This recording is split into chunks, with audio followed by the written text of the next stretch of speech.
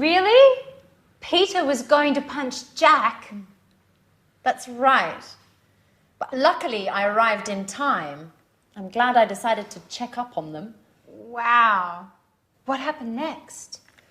Well, Jack and I left, and I think Peter and Sharon carried on with their argument. Wow. Oh, it's a shame I wasn't there. But you knew about Jack and Sharon, didn't you? Well, yes. I found out by chance.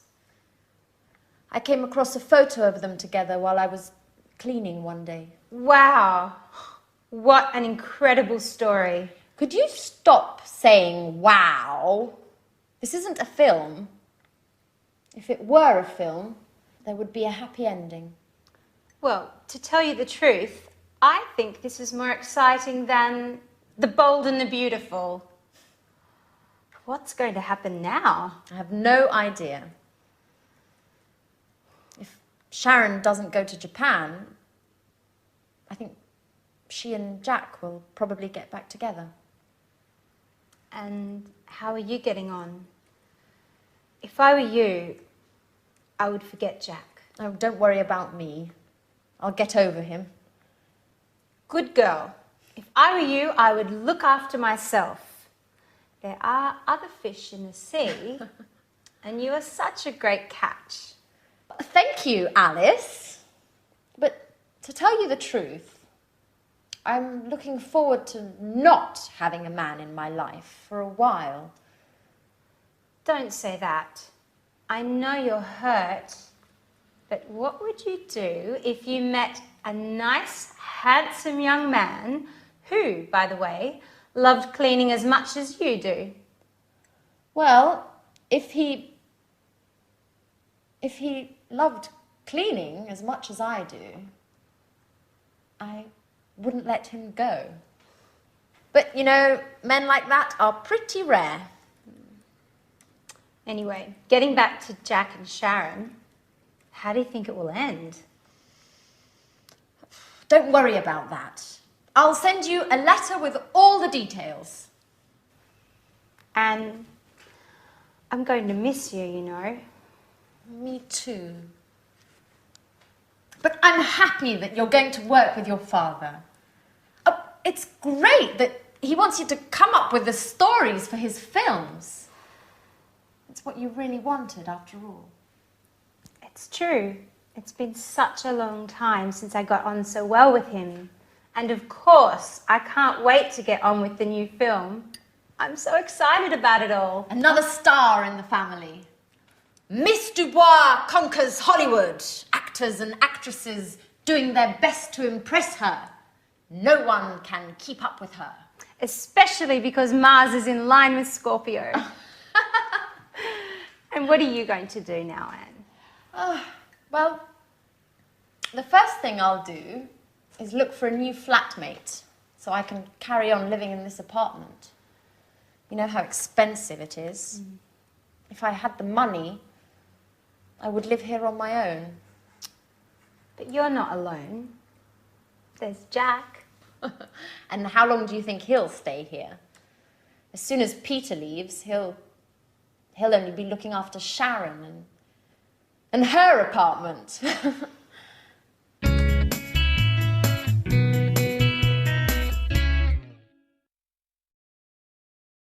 Hello again and welcome back for another lesson in your live TV program of English language. I want to look more closely at the dialogue that they just had because they are using some very interesting verbs called phrasal verbs. Now, a phrasal verb, let me give you an example. I'm glad I decided to check up on them. Now, this is a verb with some prepositions. What happens is the verb itself changes its meaning, and it's actually sometimes very difficult to guess what it means. So, when a verb has a preposition, or even two prepositions after it, and it changes its meaning, its original meaning, we call it in English a phrasal verb. So what I want to do with you now is to use the board and also the examples that there were in the dialogue. And we'll see that there are two groups. In fact, the screen will be divided into two groups. One will be two-word phrasal verbs, and the other is three-word phrasal verbs. Let me explain a little bit better. For example, Anne said, the example before, I'm glad I decided to check up on them. You see that? To check up on them. Check with two prepositions. Now, this verb, to check up on them, means to look at something more closely, to examine something more in depth. All right? So that is the new meaning. Anne then said, I think Peter and Sharon carried on with their argument. Now, carry usually means this. You know, you pick something up and you carry it. If you add prepositions, so the example here is to carry on, it changes meaning, and carry on here means to continue. So, I think Peter and Sharon carried on with their argument means to continue their argument. All right? So, let's carry on. Then Anne said, I found out by chance. Found out, that becomes the meaning of discover. I discovered something. Okay, so find out. Next one. She said, I came across a photo. Now, came across. Very difficult to understand what that means. Because in this context, to come across, it means to find something or to find someone by chance.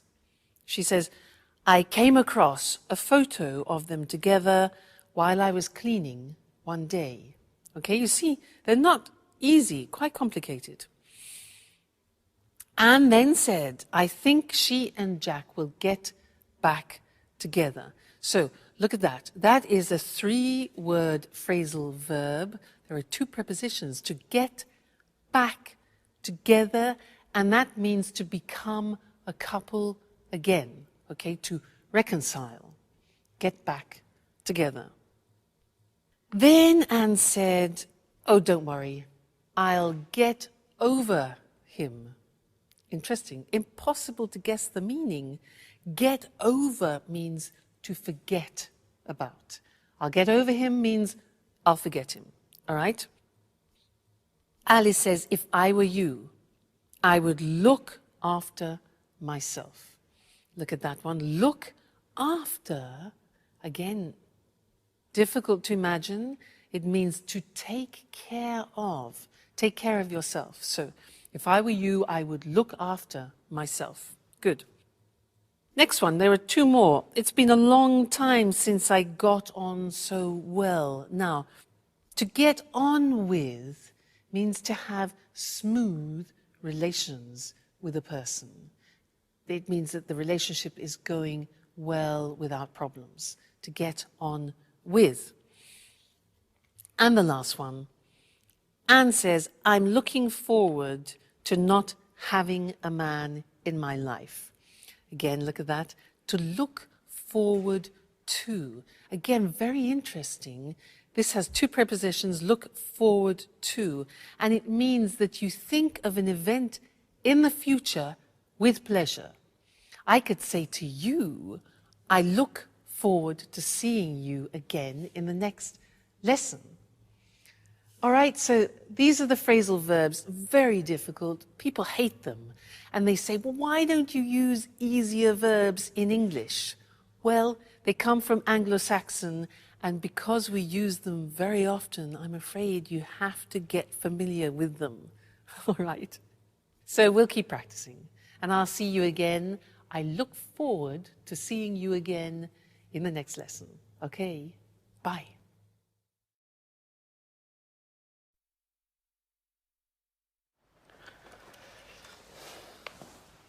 Hi, Sharon. Could I speak to you for a moment? Sure, Peter. I'm listening. You know, I thought a lot about what you told me. Well, I have to admit you're right. I haven't been paying very much attention to you. I won't be angry if you don't want to stay with me. Oh, Peter. Don't worry about me. Just look forward to your musical. It's your big break, isn't it? If you weren't so committed, you wouldn't be the man for the job now, would you? You're a star, right? Yes, I know. It just isn't easy imagining Japan without you. It won't be easy for me either. But I'm sure it's the right decision for both of us. I hope so. If I were rich and famous already, I'd send along my private jet so you could visit me on weekends. Yeah, right. The petrol alone would cost you your fortune. Who cares? I'd be rich. So, while I wait for you to bring your career off and become rich, I might come visit you. Maybe with Anne. But if you're famous, you'll forget all about me. You'd let it go to your head and wouldn't have time to take care of me. I couldn't keep up with all those beautiful young actresses. How could I forget you, Sharon? By the way, would you mind me taking that beautiful photo of you along to Japan with me? The one hanging in the living room. It'll help me when I'm missing you. Especially in the beginning. Of course, Peter. Take it. I'll be happy to give it to you. Thank you. Well, I have to get on with packing. One last thing. If we were to meet in a few years, in 2 apartments close to each other, you with your new boyfriend, would you pretend not to know me like you did with Jack? Why do you ask me that? I don't know. Just curious. I guess it would be fun to meet you somewhere else and have a little secret between us two.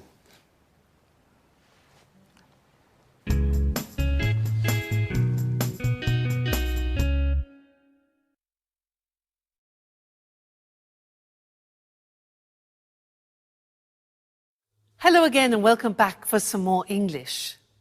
Did you hear Peter say to Sharon, if I were rich and famous, I would send along my private jet so she could visit him at weekends? If I were rich and famous, I would send along my private jet. Well, that's a bit improbable, isn't it? But it's useful for us because it means that we can learn another grammatical form, because he was using the second conditional. Remember, in another lesson we learnt the first conditional. This one is the second conditional. So, if I were rich and famous, I'd send along. Now, this is unusual because you say to yourself, wait a minute, if I were, that's not right, because I taught you, I was, you were, he, she, it was, we were, you were, they were. How can you say if I were? Well, it's a special grammatical form.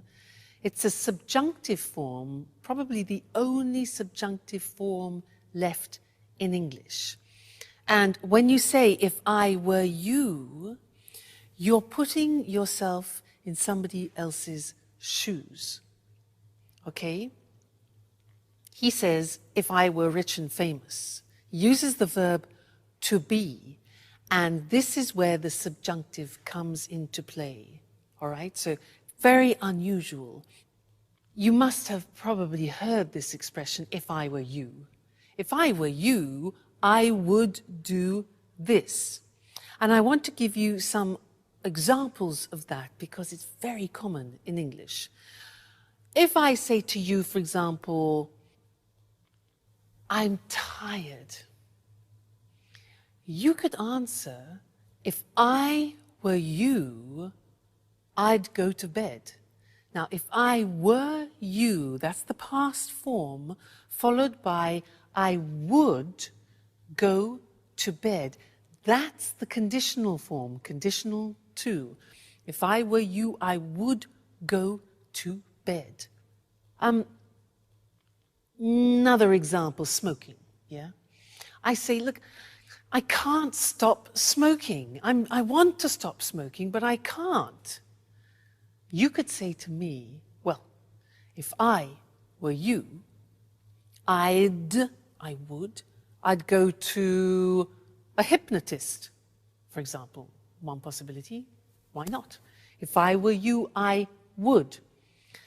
Another example, imagine that I am bitten. Look, Mr. Snake bites me. I've been bitten by a snake. I've been bitten by a snake. You could say to me, well, if I were you, I would suck your blood out. Or, if I were you, I would go immediately to a doctor. So do you see how this works? If I were you, I would. Let's go to the screen now because I want to show you that example and also normal examples of the second conditional. So, we use the second conditional when something is improbable. That's why we use if. Let's look at some normal examples. We have if plus the simple past and then would and the infinitive. So a typical example is, if I won the lottery, win 1-1, I'd buy a house. Yeah. If I won the lottery, I'd buy a house. I would buy a house. It's improbable, but if he didn't smoke, negative, past, negative, he wouldn't need an operation. You see, if plus the simple past in the negative and then would in the negative. If you ate less, you would lose more weight. If you ate less, you'd lose more weight. All right, so those are normal examples of the hypothetical situations of the second conditional. And now let's get back to the example I did with you. If I were rich and famous, remember that? If I were. In the episode it was, if he were rich and famous, he'd send an airplane to Sharon. Okay? If I were you, I would forget Jack. If I were you, I would forget Jack. If I were you, I would continue studying with me and English today, if I were you. All right, so that's the second conditional for you. There are 3. We've studied number 1, we've studied number 2, and later on we'll see number 3 too. Okay? So, goodbye for now. Bye.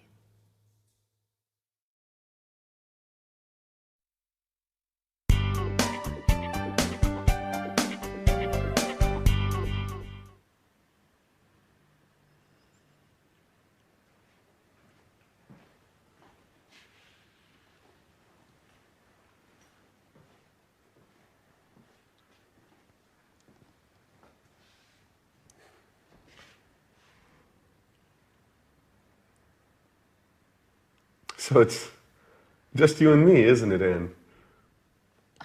Well, really, it's just me, all alone. Are you still angry? No, I was just joking. Of course, it'll be difficult to forget a man like you. You're just pulling my leg now, aren't you, Anne? I wanted to say, if it had been a different time in my life, or if there weren't Sharon, maybe we would,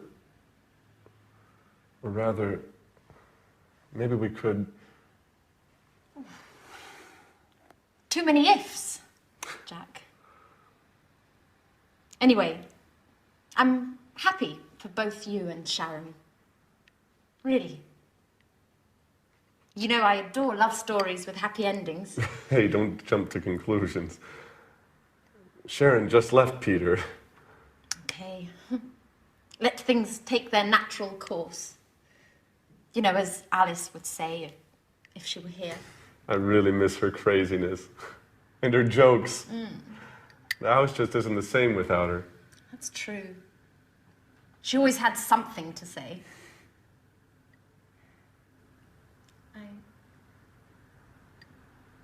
I miss so many things. Like Peter. I even miss his singing exercises.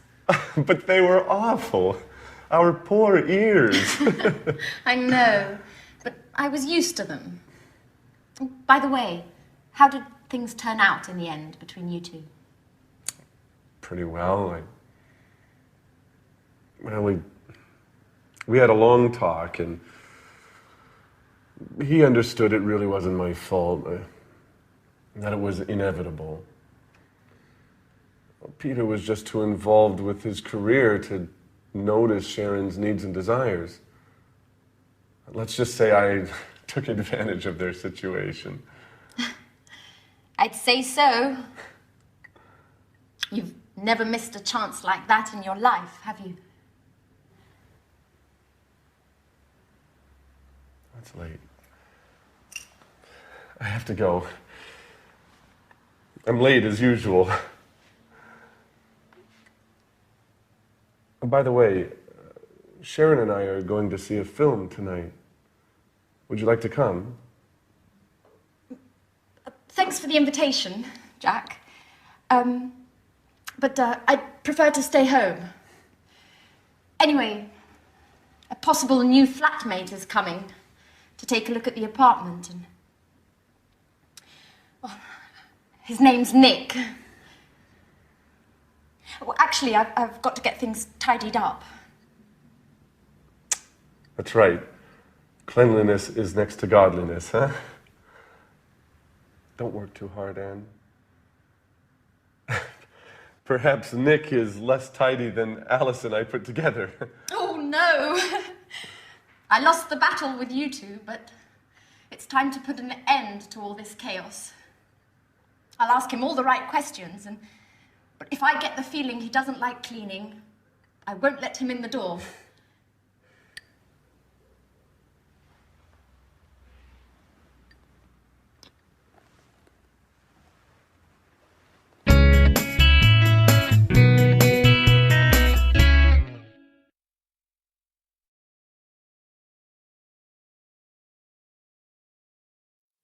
Hello again, everyone. Jack exits and Nick enters. Maybe. We'll see. Now, I have a quiz for you.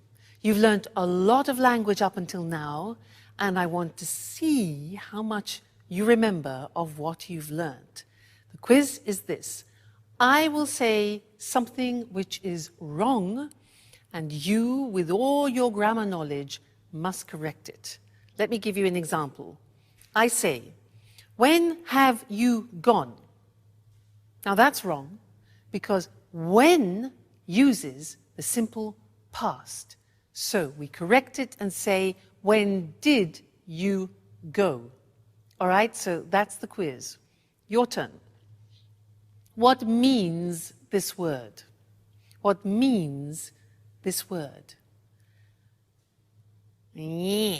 That's a question. With questions you need, auxiliaries. So, what means this word? What does this word mean? Yes. Next one. Has he any brothers? Question. Good. It's a question auxiliary. Does he have any brothers? Okay. Next one. This is more difficult. Be careful.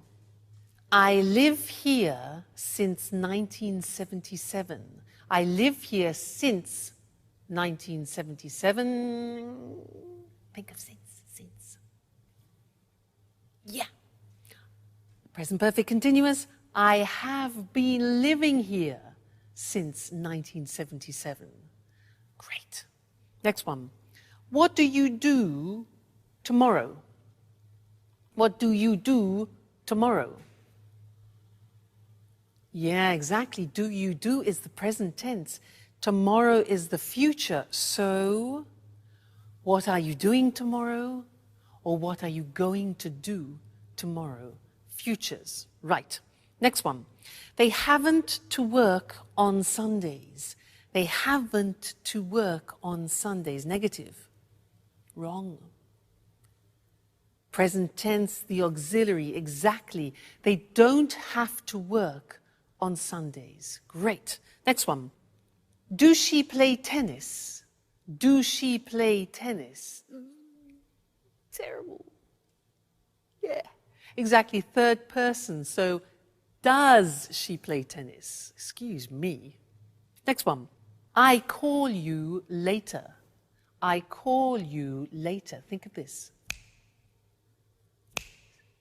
Snap decision. So it becomes exactly, I'll call you later. Great. Next one. He just left. He just left. Okay, we have just. With just, we use genie, just, ever, already, never, yet. Present perfect, so, yeah, he has just left. He has just left. Great. This one here. If I would know, I would tell you. If I would know, I would tell you. Not possible. Second conditional. If I knew, fantastic, I would tell you. And the last one. How much it cost. This is a typical mistake. How much it cost. It's a question. You need an auxiliary. So that's it. How much does it cost? Fantastic. You're great. Great students. Keep on studying like this and you'll be able to speak English like me at the end of the course. All right? Great. Well, take care. Keep studying. See you in the next lesson. Okay? Bye.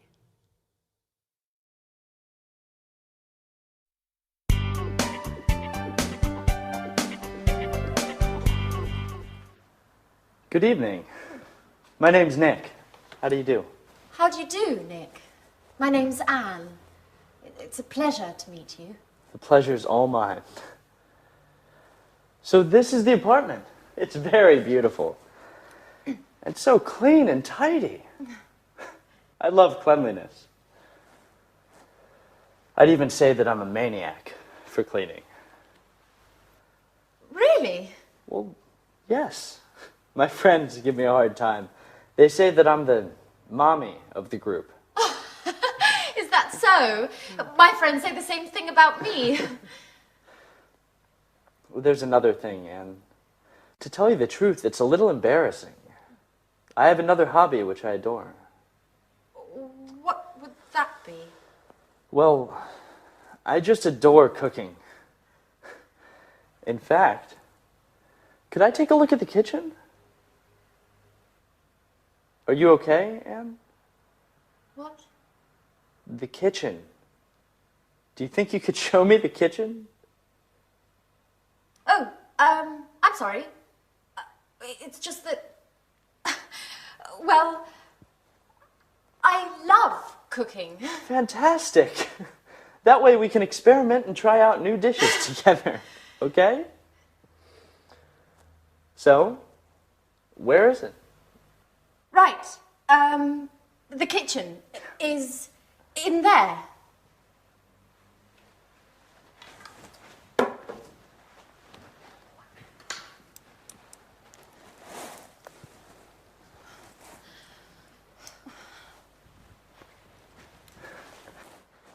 Great. Roomy, well lit, and tidy, just as I like it. I've got to confess that the kitchen is key to whether I come to live here or not. Oh, well, Nick, are you pleased? I mean, with the apartment? Oh, yes. It's very lovely. I like it very much. Not only the apartment. Thank you. So, when would you like to move in? Well, if it's all right, I'll move in tonight. I just need some time to get my things. Oh, that's great. Well, I'll cook up some dinner while you get your things, and then you can tell me what you think. I'm sure I'm not as good a cook as you. I'm not so sure. I'll go get my things. I'll try to hurry up, and then I can give you a hand. You know what, Anne? I think we're going to get along well.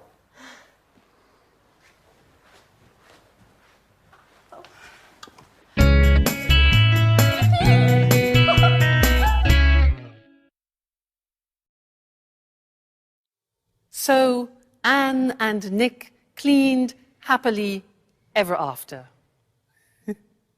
Now, in the last episodes, we have seen lives changing, we've seen people saying goodbye, and I want to look at that language that we use when we say farewell. Farewell in English is a word which means stay well in the future. So let's look at some of the language we can use.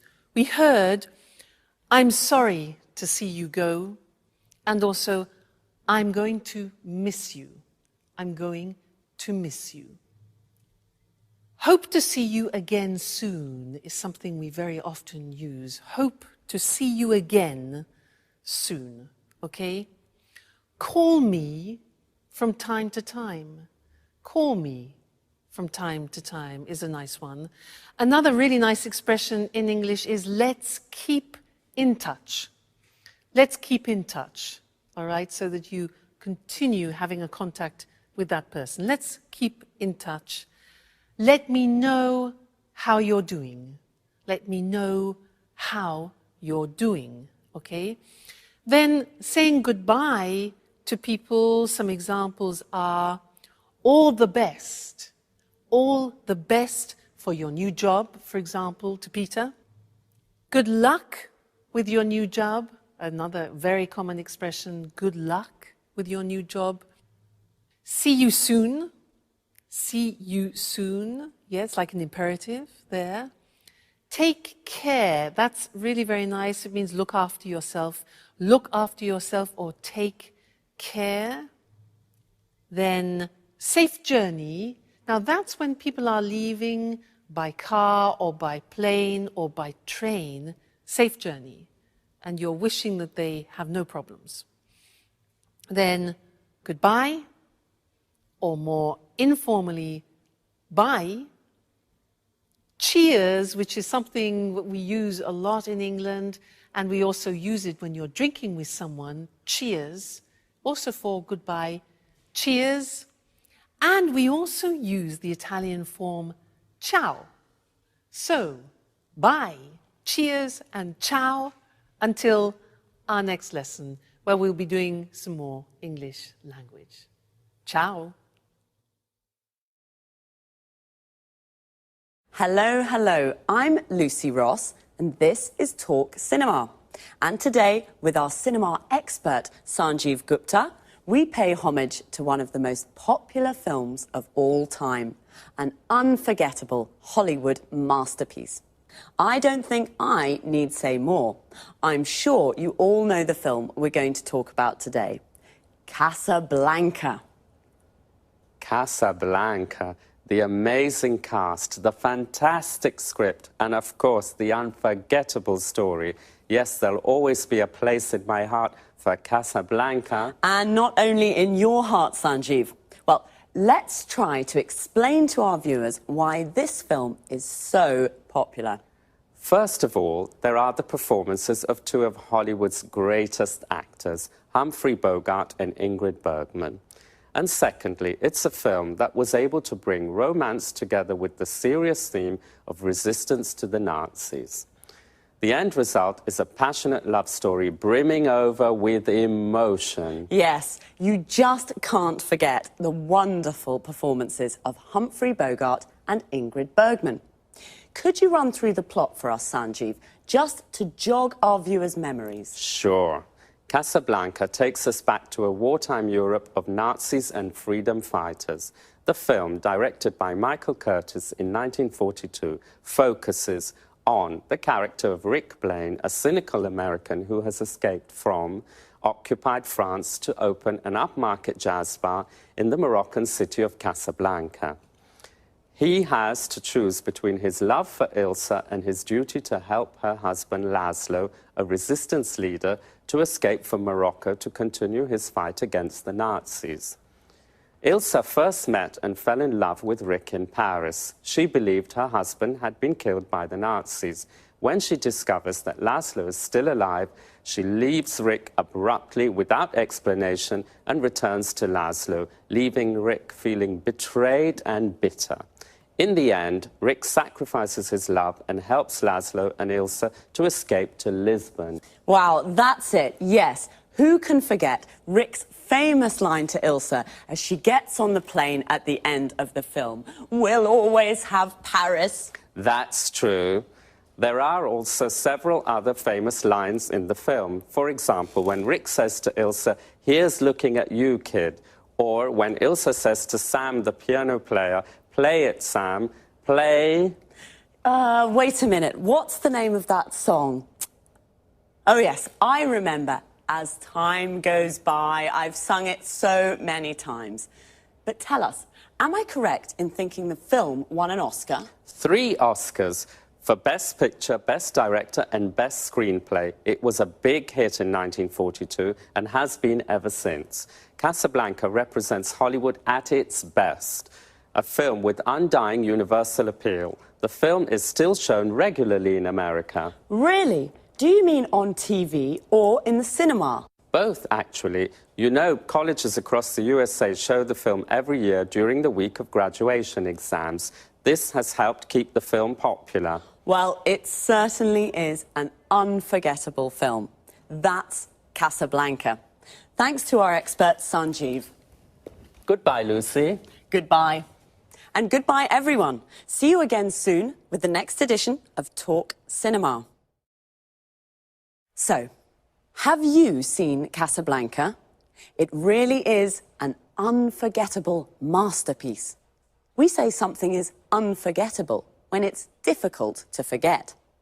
Casablanca is unforgettable because it's such a good film. We call it a masterpiece. A masterpiece is an excellent piece of work. We usually use it for films, books, and art. Why is Casablanca such an unforgettable film? First of all, the amazing cast. Amazing here means incredible, very good.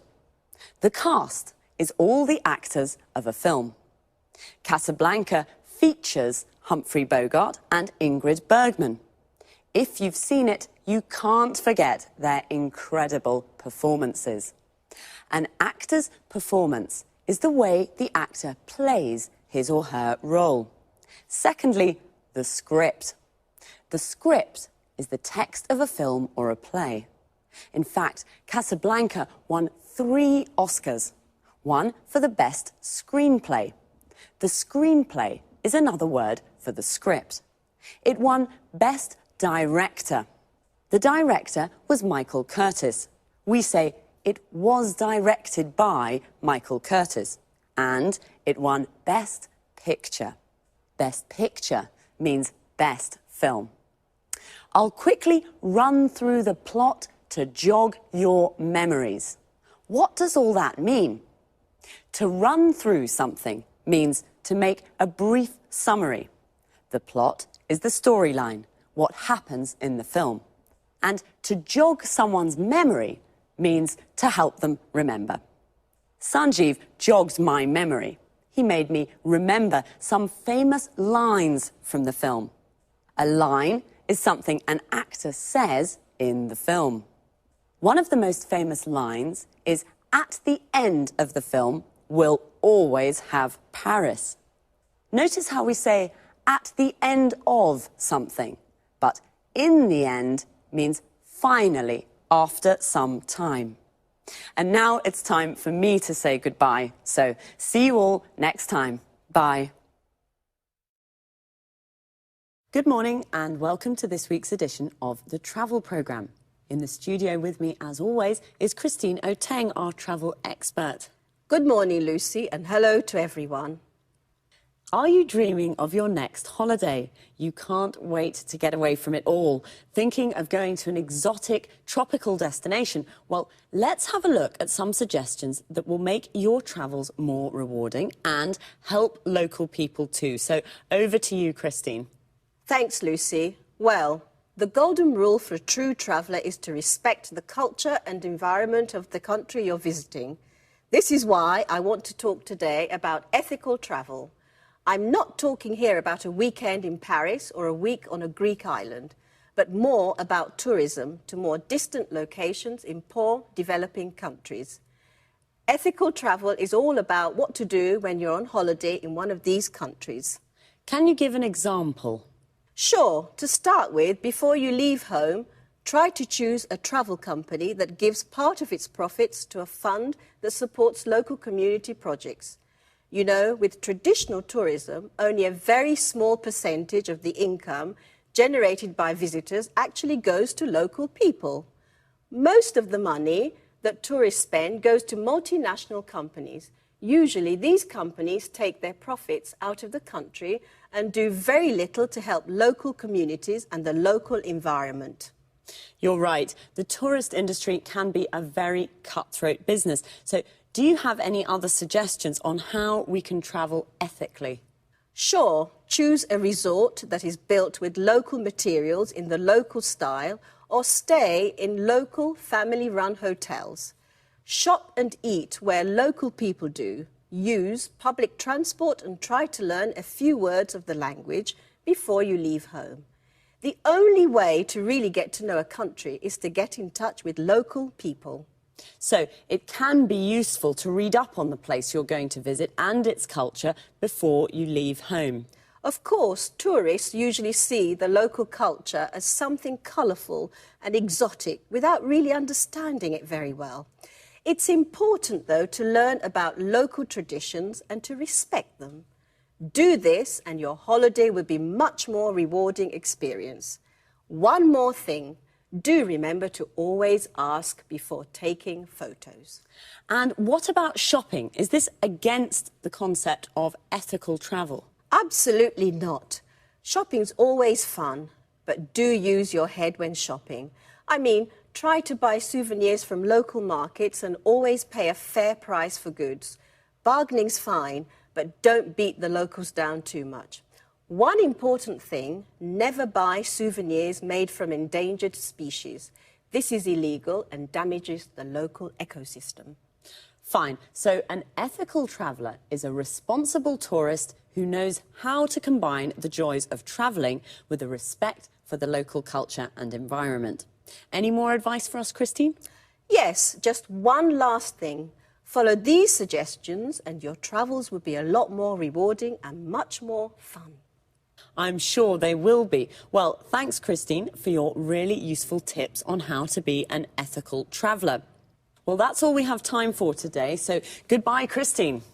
Goodbye to all travellers, and remember, travel ethically and enjoy your holidays more.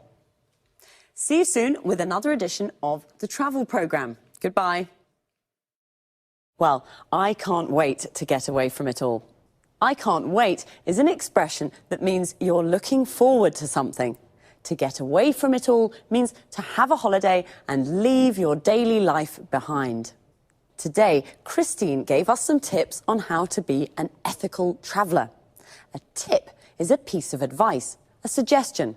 First of all, what is ethical travel? It's travel that respects the local culture and environment. Local means from a specific place. For example, the local people are the people that live in a place, and the local culture is the culture from that place. The environment is the world that surrounds us, all the social, physical and cultural conditions of a place. Christine gave us a golden rule, a rule that should not be broken. The golden rule for an ethical traveller is, in fact, to respect the local culture and environment. She also suggested choosing a travel company that gives some of its profit to local communities. A community is a group of people living in the same area. A travel company is a company that organises tours to various parts of the world. And you should read up on the place you want to visit. To read up on something means to research and get information about something. The best place to stay is in a family-run hotel. Family-run means it's owned and managed by a family. And when you go shopping in a market, bargaining is okay. To bargain means to decide the price with the seller. If something costs $20, you bargain to pay $15. But don't beat the locals down too much. To beat someone down means to force them to reduce the price of something. That's all for this week. See you again soon. Now let's watch the whole episode together. Watch the subtitles carefully because the language points that we studied together are highlighted. All right? Enjoy your viewing. Hello again and welcome back to English Today. This is DVD 14 and the second DVD of your upper intermediate level. And in this DVD, we'll begin with another 2 episodes of our story, That's Life, and then our special TV programs. Our cinema expert will be talking about the film Casablanca. And then in our travel section, we'll be talking about ethical travel. Then, in the grammar section, we'll learn more about phrasal verbs, those difficult verbs followed by prepositions. We'll also study the second conditional, and we'll look at some useful language for socializing, okay? So have fun. Hello again, and welcome to your next lesson. In this lesson, we're going to learn about some verbs which always create problems for English language learners. They're called phrasal verbs. Phrasal verbs. And these are verbs followed by particles which are usually prepositions.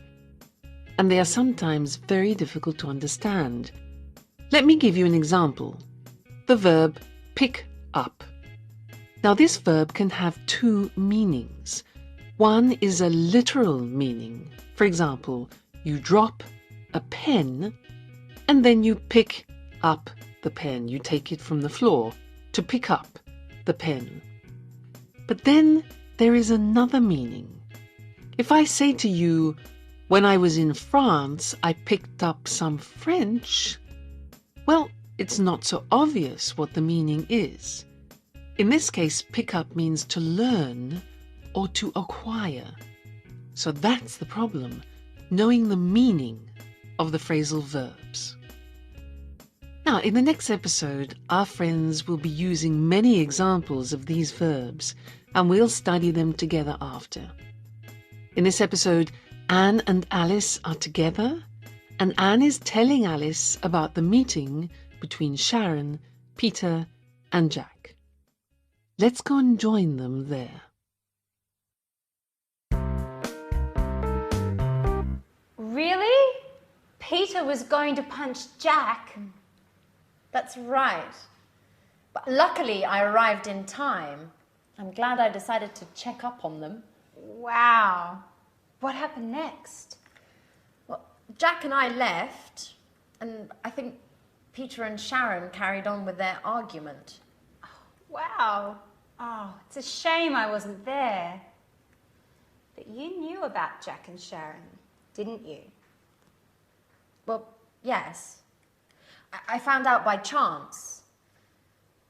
I came across a photo of them together while I was cleaning one day. Wow.